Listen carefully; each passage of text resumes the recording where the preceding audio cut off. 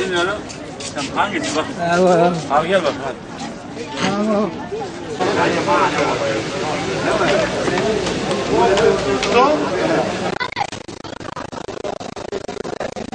Biz Adıyaman'da çıktık.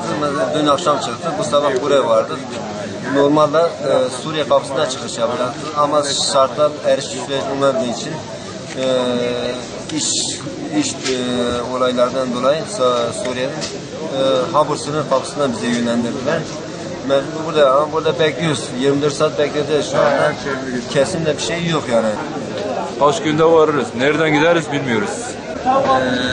Malum Suriye'deki çatışmalardan dolayı Türkiye'nin vermiş olduğu rota bu sefer Kuzey Irak'tan olduğu için bu sene Kuzey Irak'tan gitmek nasip oldu.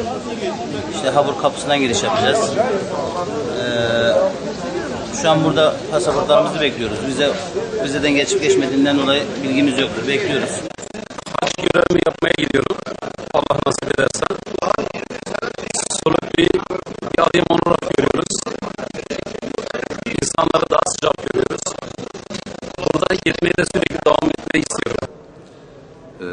Allah-u Teala nasip ederse hac farizamızı yerine getirmek için yollara düştük diyebiliriz. Allah-u Teala bize bunu kolaylaştırsın.